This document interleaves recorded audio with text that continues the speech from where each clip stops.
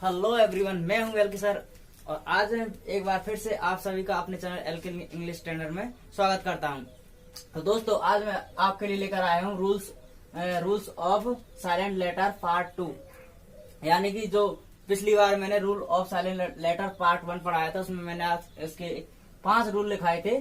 इसके बाद में 5 रूल और हैं इसके, जो पार्ट 2 में मैं आपके लिए पढ़ाने जा रहा हूं। तो दोस्तों, आगे बढ़ने से पहले मेरे चैनल को सब्सक्राइब करें और सब्सक्रिप्शन बटन के सामने जो बेल आइकन होगा उसको दबा दीजिए, ताकि रोज आने वाली वीडियोस की नोटिफिकेशन आपको बिल्कुल टाइम पर मिलती रहे।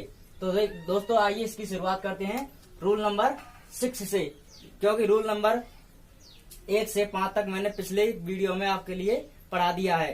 तो हम यहाँ पर रूल नंबर 6 से शुरुआत करने जा रहे हैं दोस्तों।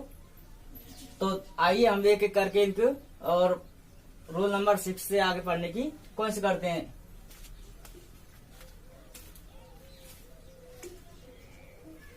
रूल नंबर 6 है एन साइलेंट के नियम। अब दोस्तों, एन साइलेंट कब रहता है? तो एन साइलेंट रहता है एम के बाद में एन साइलेंट रहता है। एम के बाद में एन साइलेंट रहता है, यानी कि किसी शब्द में यदि एम आता है और उसके बाद में यदि एन आ जाता है तो वह एन साइलेंट रह जाता है। एग्जाम्पल के लिए हम देखते हैं, जैसे AUTUMN, यानी जो एम है इसके बाद एन है तो ये एन साइलेंट हो जाता है। इसको हम बोलते हैं आउटम। आउटमन नहीं बोलेंगे दोस्तों इसे, क्यों? क्योंकि इसमें जो एन है वो साइलेंट हो जाता है और इसके हम क्या बोलते हैं? आउटम बोलते हैं। क्या बोलते हैं? आउटम।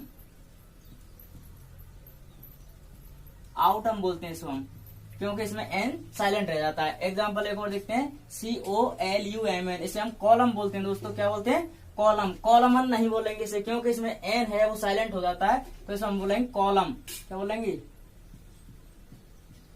कॉलम बोलेंगे इसे।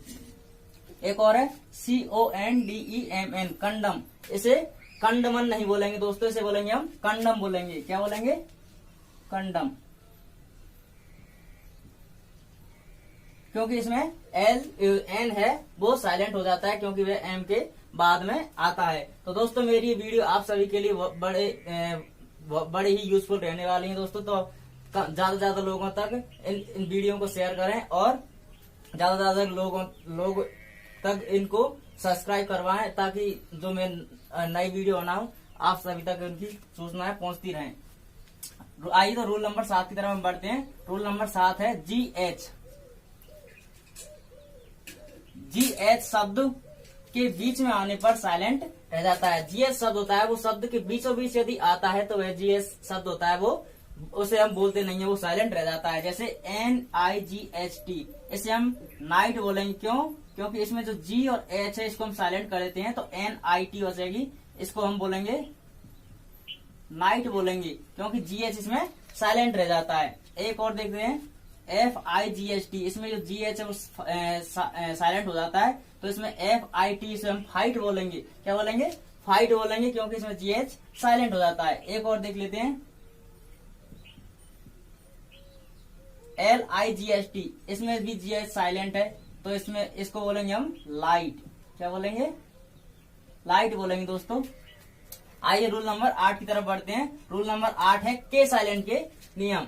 तो के साइलेंट कब रहता है, इसके नियम हम पढ़ने जा रहे हैं। तो देखिए, एन से पहले के साइलेंट रहता है, यानी एन से पहले के साइलेंट रहता है, यानी एन से पहले कभी भी के आएगा तो वह साइलेंट हो जाता है। जैसे KNIGHT, KNIGHT, इसमें एन है,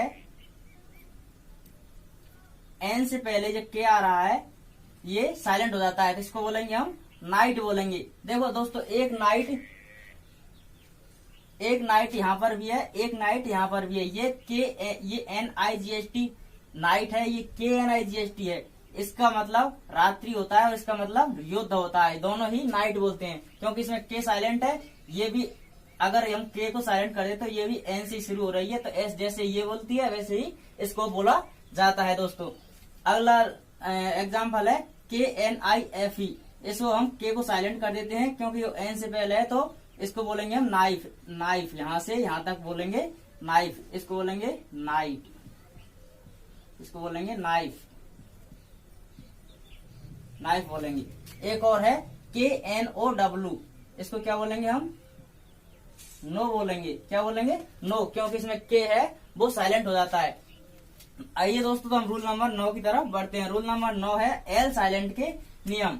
अब एल साइलेंट कब रहता है? तो देखिए, एल MDKF से पहले एल साइलेंट रहता है। यानी ये 4 शब्द हैं, एम है, डी है, के है और एफ है। इन चारों शब्दों से पहले एल को साइलेंट कर देते हैं। जैसे एग्जाम्पल के लिए देखते हैं हम, CALM, इसे हम बोलेंगे एल को हम साइलेंट कर देते हैं, तो CAN से क्या बनेगा? कॉम बनेगा। तो इससे एल साइलेंट है, तो इसका सभी जो अक्षर है, इन सभी शब्दों का जो अर्थ होगा वो होगा कॉम। क्या होगा? कॉम में शांत होता है, तो CALM कॉम। अब देखो COULD, अब जो डी है, ये डी है, इस डी से पहले एल आ रहा है, तो इसमें भी एल साइलेंट हो जाता है। इसमें हम कुल्ड नहीं बोलेंगे, इसे हम बोलेंगे कुड़। क्या बोलेंगे? कुड़ बोलेंगे इसे। ऐसे ही TALK, अब इसमें जो के है, इससे पहले एल आ रहा है, तो के से पहले भी एल साइलेंट रहता है, तो इसके क्या बोलेंगे हम? टॉक। TALK क्या बोलेंगे? टॉक बोलते हैं। कभी कभार बच्चे से टॉल्क पढ़ देते हैं, लेकिन टॉल्क नहीं होता, ये होता है टॉक होता है। ऐसे एक और होता है WALK, वॉक। WALK उसे हम वॉक बोलते हैं, वॉल्क नहीं बोलते। ऐसे ही एक और एग्जाम्पल है HALF, तो ये एफ है, एफ से पहले एल आया है, तो ये भी साइलेंट होगा, इसे बोलेंगे हम हाफ। HALF क्या बोलेंगे? हाफ बोलेंगे। बहुत से बच्चे से हाल्फ बोल जाते हैं, इसे काफ बोल जाते हैं। ये हाफ है और ये काफ है। ये कुड़ है, ये टॉक है और ये हाफ है और ये कैफ है, कैफ। तो दोस्तों, अगले रूल नंबर हम 10 की तरफ बढ़ते हैं। रूल नंबर 10 क्या कहता है? रूल नंबर 10 है एच साइलेंट के नियम। यानी एच शब्द होता है वो कहाँ साइलेंट होता है? तो एच होता है हमारे डब्लू के बाद में। यानी कि जो डब्लू होता है, डब्लू के बाद में यदि एच अक्षर आता है हमारा, तो एच को साइलेंट कर दिया जाता है, तो फिर एच का कोई मतलब नहीं रहता। जैसे कि एग्जाम्पल के लिए देखते हैं WHAT, इसे क्या बोलते हैं? भाट नहीं बोलते दोस्तों, इसे क्या बोलते हैं? वॉट। क्या बोलते हैं? वॉट। क्या बोलते हैं? वॉट बोलते हैं। क्योंकि एच है, इसमें जो एच है वो डब्लू के बाद है, तो एच तो साइलेंट हो जाएगा। तो डब्लू से क्या बनता है? डब्लू से वे बनता है, और WA वा, और टी से बन जाएगा टे, तो बन जाएगा वॉट। WHY, इसे क्या बोलेंगे?